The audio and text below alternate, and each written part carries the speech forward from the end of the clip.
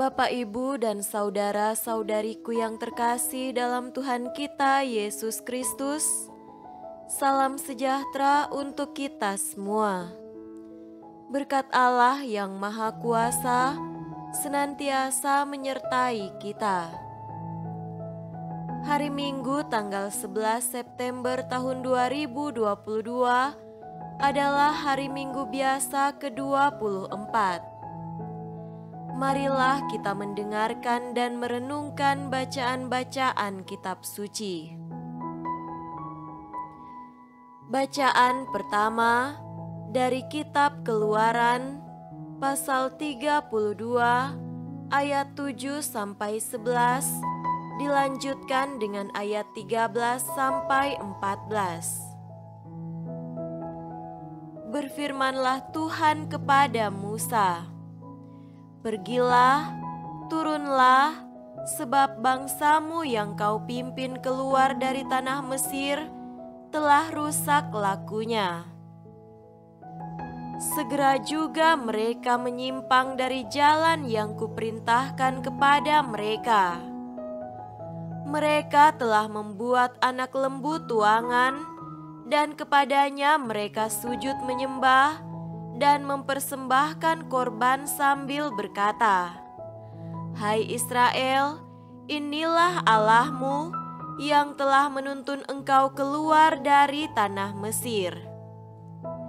Lagi firman Tuhan kepada Musa, 'Telah kulihat bangsa ini, dan sesungguhnya mereka adalah suatu bangsa yang tegar tengkuk.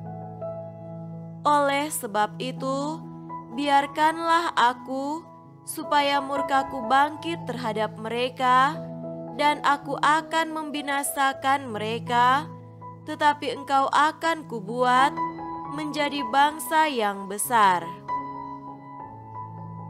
Lalu Musa mencoba melunakkan hati Tuhan Allahnya dengan berkata, 'Mengapakah Tuhan murkamu bangkit terhadap umatmu yang telah kau bawa keluar dari tanah Mesir dengan kekuatan yang besar dan dengan tangan yang kuat?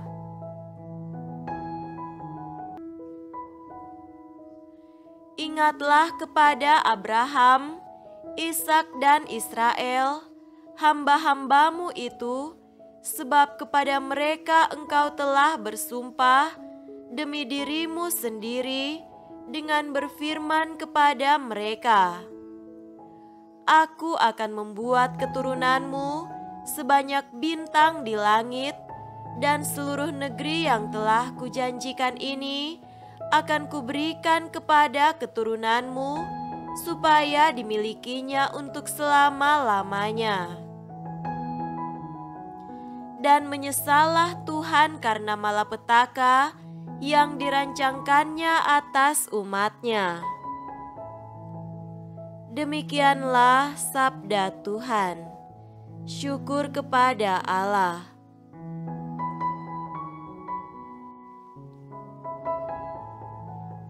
Bacaan kedua dari surat pertama Rasul Paulus kepada Timotius pasal 1 ayat 12 sampai 17.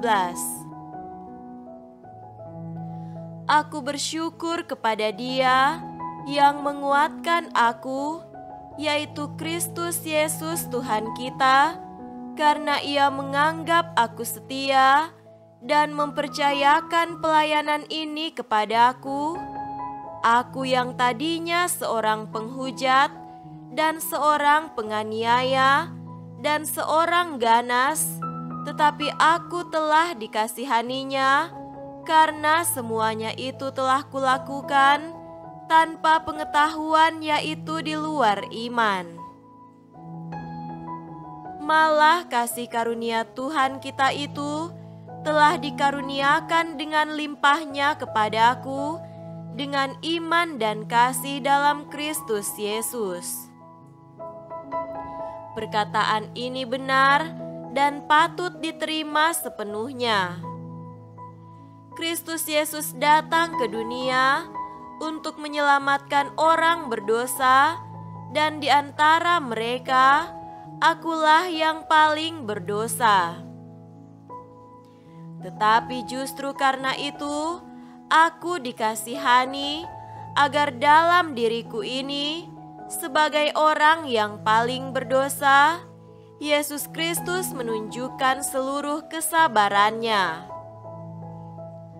Dengan demikian, aku menjadi contoh bagi mereka yang kemudian percaya kepadanya dan mendapat hidup yang kekal.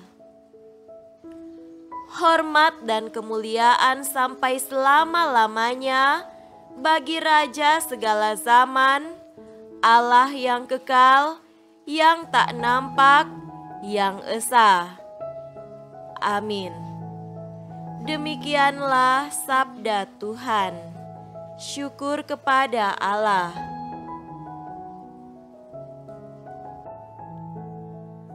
Semoga Tuhan beserta kita sekarang dan selama-lamanya. Inilah Injil suci menurut Lukas. Dimuliakanlah Tuhan. Injil Lukas pasal 15 ayat 1 sampai 32.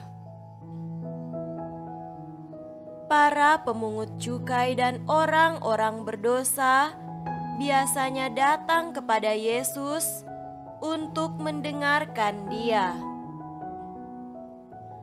Maka bersungut-sungutlah orang-orang Farisi dan ahli-ahli Taurat katanya, Ia menerima orang-orang berdosa dan makan bersama-sama dengan mereka. Lalu Ia mengatakan perumpamaan ini kepada mereka. Siapakah di antara kamu yang mempunyai 100 ekor domba, dan jikalau ia kehilangan seekor di antaranya, tidak meninggalkan yang 99 ekor di padang gurun, dan pergi mencari yang sesat itu sampai ia menemukannya? Dan kalau ia telah menemukannya, ia meletakkannya di atas bahunya dengan gembira, dan setibanya di rumah, ia memanggil sahabat-sahabat dan tetangga-tetangganya, serta berkata kepada mereka, Bersukacitalah bersama-sama dengan aku, sebab dombaku yang hilang itu telah kutemukan. Aku berkata kepadamu, demikian juga akan ada sukacita di sorga karena satu orang berdosa yang bertobat, lebih daripada sukacita karena 99 orang benar yang tidak memerlukan pertobatan. Atau perempuan manakah yang mempunyai 10 dirham, dan jika ia kehilangan satu di antaranya, tidak menyalakan pelita dan menyapu rumah serta mencarinya dengan cermat sampai ia menemukannya? Dan kalau ia telah menemukannya, ia memanggil sahabat-sahabat dan tetangga-tetangganya serta berkata, Bersukacitalah bersama-sama dengan aku, sebab dirhamku yang hilang itu telah kutemukan. Aku berkata kepadamu, demikian juga akan ada sukacita pada malaikat-malaikat Allah karena satu orang berdosa yang bertobat. Yesus berkata lagi, ada seorang mempunyai 2 anak laki-laki. Kata yang bungsu kepada ayahnya, Bapa, berikanlah kepadaku bagian harta milik kita yang menjadi hakku. Lalu ayahnya membagi-bagikan harta kekayaan itu di antara mereka. Beberapa hari kemudian, anak bungsu itu menjual seluruh bagiannya itu, lalu pergi ke negeri yang jauh. Di sana ia memboroskan harta miliknya itu dengan hidup berfoya-foya. Setelah dihabiskannya semuanya, timbullah bencana kelaparan di dalam negeri itu, dan ia pun mulai melarat. Lalu ia pergi dan bekerja pada seorang majikan di negeri itu. Orang itu menyuruhnya ke ladang untuk menjaga babinya. Lalu ia ingin mengisi perutnya dengan ampas yang menjadi makanan babi itu, tetapi tidak seorang pun yang memberikannya kepadanya. Lalu ia menyadari keadaannya, katanya, "Betapa banyaknya orang upahan Bapakku yang berlimpah-limpah makanannya, tetapi aku di sini mati kelaparan. Aku akan bangkit dan pergi kepada Bapakku dan berkata kepadanya, 'Bapa, aku telah berdosa terhadap sorga dan terhadap Bapa. Aku tidak layak lagi disebutkan anak Bapa. Jadikanlah aku sebagai salah seorang upahan Bapa.' Maka bangkitlah ia dan pergi kepada bapaknya. Ketika ia masih jauh, ayahnya telah melihatnya, lalu tergeraklah hatinya oleh belas kasihan. Ayahnya itu berlari mendapatkan dia, lalu merangkul dan mencium dia. Kata anak itu kepadanya, 'Bapa, aku telah berdosa terhadap sorga dan terhadap Bapa. Aku tidak layak lagi disebutkan anak Bapa.' Tetapi ayah itu berkata kepada hamba-hambanya, 'Lekaslah bawa kemari jubah yang terbaik, pakaikanlah itu kepadanya, dan kenakanlah cincin pada jarinya, dan sepatu pada kakinya. Dan ambillah anak lembu tambun itu, sembelihlah dia, dan marilah kita makan dan bersuka cita. Sebab anakku ini telah mati dan menjadi hidup kembali, ia telah hilang dan didapat kembali.' Maka mulailah mereka bersukaria.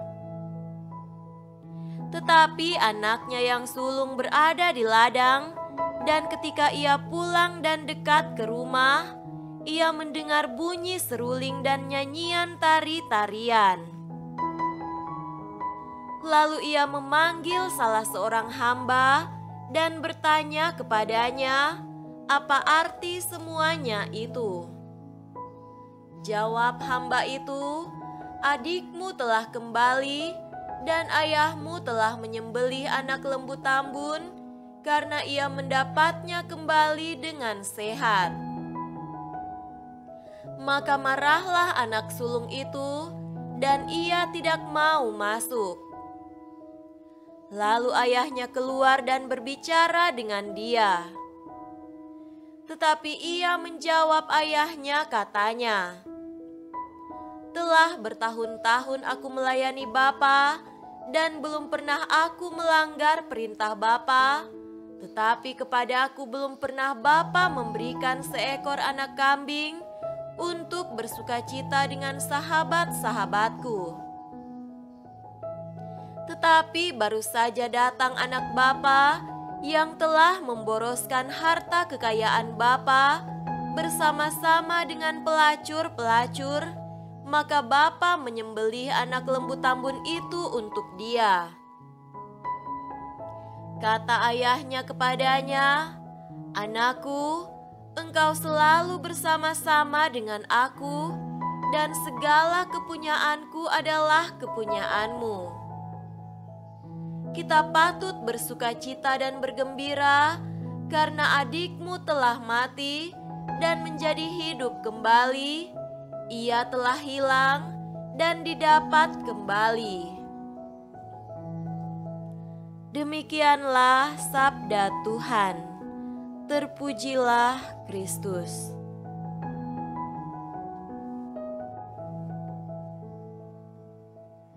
Saudara-saudariku yang terkasih dalam Tuhan kita Yesus Kristus, tema renungan kita pada hari ini adalah hidup baru berkat pertobatan.